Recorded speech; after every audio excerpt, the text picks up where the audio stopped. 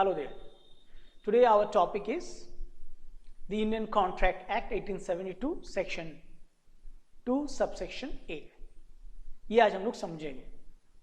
तो ये जो सेक्शन 2 है इंडियन कॉन्ट्रैक्ट एक्ट में, ये जो सेक्शन 2 है ये इंटरप्रिटेशन क्लॉज है जो प्रिलिमिनरी सेक्शन में आता है। मेरा जो पहला वीडियो है मैं उसमें सेक्शन 1 को समझाया हूँ, ये सेक्शन 2 है interpretation clause.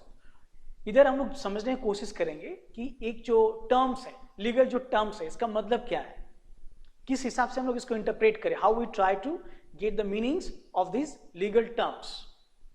Very interesting.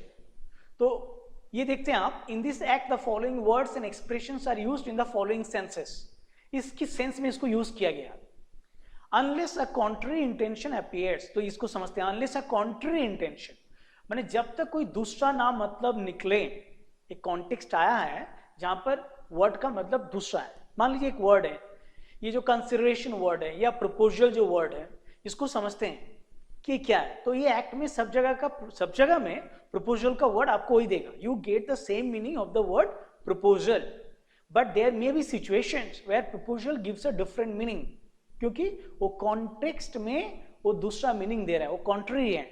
Like यहाँ पर है ना, अनलेस अ कॉन्ट्ररी इंटेंशन, माने वो सिचुएशन ऐसा है जहां पर प्रपोजल का मतलब आपको दूसरा कुछ मिल रहा है या कंसिडरेशन का दूसरा कुछ मतलब दे रहा है, तो वो अलग चीज हुआ। अदरवाइज प्रपोजल, कंसिडरेशन, प्रॉमिसिंग, ये सब टर्म्स का आपको एक ही मतलब मिलेगा। तो कौन टर्म का क्या मतलब है, this is what we are going to learn under section 2 and our focus is section 2 के अंदर सेक्शन सबसेक्शन जो है ए। तो देखिए what we are going to learn, यहां पर बोला गया when one person signifies to another his willingness to do और to abstain from doing anything. पहले इतना दूर तक समझते हैं, let us understand this part. So when one इंसान, मान लीजिए एक पर्सन, व्हेन वन पर्सन, ये पर्सन है ए और ये जो है ये बी को कुछ बोल रहा है टू अनदर, या ना टू अनदर। तो सिग्निफाइज मतलब इधर है टू मेक नोन, इसको बोला गया इस हिसाब से ताकि इसके सामने बात पहुंचे। The person should be aware कि ए मुझे ये बोल रहा है। अब ए का मन में कुछ है, suppose A wants to sell his car, वो अपना गाड़ी बेचना चाहता है, लेकिन वो बात को अपने मन में रखा हुआ, तो he is not signifying he is wish to somebody else. वो अपना जो इच्छा हो किसी को नहीं बोल रहा है, वो जाहिर नहीं कर रहा है जब तक सामने वाला नहीं जानेगा। तो ये सामने वाला को जानने का जो वर्ड है, this is signifies. Very interesting technical term है। To another is willingness, willingness जो उसका इच्छा है। मैंने अभी बोला कि वो इंसान ए जो है अपना गाड़ी को वो बेचना चाहता है, और ये जो उसका विश है ये बी को बेचना चाहता है, मान लीजिए। तो ये विश है that he wants to sell his car and he allow B to get this information, means he actually does something. Maybe he sends, he telephones B, or he writes a letter to B, or he asks B directly. तो ये जो signifies हुआ, ये direct उनको बोलना हुआ है। तो signifies his willingness to do। अभी to do का, ये गाड़ी जो खरीदेगा, ये तो to do है, ये जो एक्शन है कुछ करने का पार्ट है, और to abstain नहीं करने का। इंटरेस्टिंग, क्या ऐसा भी हो सकता है कि आप किसी से कॉन्ट्रैक्ट कर रहे हैं कुछ नहीं करने का। मान लीजिए you own a club, football club. तो when you own a football club, जब आपके पास एक फुटबॉल क्लब होते हैं, आप कॉन्ट्रैक्ट साइन कराते हैं कोई फुटबॉलर से, तो उसमें वो भी एक क्लॉज होता है कि वो इंसान कोई और दूसरे क्लब के लिए नहीं खेलेगा। He is not going to play for any other club, तो he is going to abstain from playing for other clubs, दूसरा कोई क्लब के लिए नहीं खेलेगा। सो कभी ऐसा होता है कि आप पर्सन डज समथिंग, मान लीजिए you want to make yourself a building, आप अपने आप को एक बिल्डिंग बनाना चाहते हैं, तो आप बी को कांटेक्ट करेंगे बिल्डिंग बनाने के लिए, तो दैट इज टू डू। और एब्सटेन क्या है कि बी कुछ ना करे, लेकिन मुझे सोचना होगा ऐसा कुछ होना चाहिए जो फंडामेंटल राइट्स को वायलेट ना करे, क्योंकि हर एक इंसान को कुछ राइट्स मिलता है कि भाई मुझे ये करने का हक है। तो we can not impose such restrictions.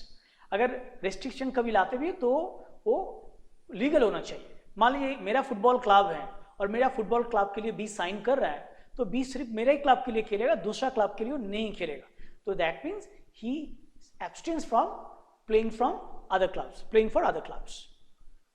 अब ये जो बोलना होगा ये किस हिसाब से ना, with a view to obtaining the accent.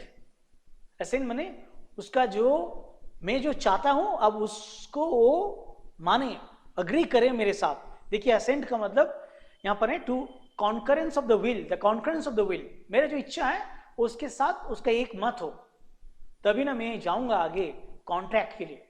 तो उसका ये राय मिलना मुझे बहुत जरूरी है मेरे लिए। तो मुझे सबसे पहले उसको जानकारी देना है सही तरीके से। That is the meaning signifies. मेरा इच्छा क्या है, विलिंगनेस, कुछ करने के लिए टू डू, कुछ नहीं करने के लिए टू एब्सटेन। और ये सब जो मेरा जो इच्छा है उसके साथ उसका मत मिले तो ये एसेंट है। Of that other to such act or abstain. तो मैं जब ऐसा करता हूं कि कोई काम करने का या नहीं करने के लिए किसी को बोलता हूं, जब मैं ऐसा कुछ करता हूं, that is a proposal. Immediately that becomes a proposal. तो ये एक प्रपोजल बन गया। आशा करते हैं प्रपोजल का आइडिया आपको क्लियर हो गया। तो मैं फिर से एक बार समझाता हूं। मान लीजिए मैं आपको बोल रहा हूं कि मैं एक हमारा जो गाड़ी है मैं आपको बेचना चाहता हूं। तो आप अगर खरीदना चाहते हैं इसको, आप क्या इसको खरीदना चाहते हैं, तो दैट इज टू डू। मेरा इच्छा है मेरा गाड़ी मैं आपको बेचूं, मैं आपसे पूछ रहा हूं, आप अगर एसेंट दिए तो अग्रीमेंट बन सकता है।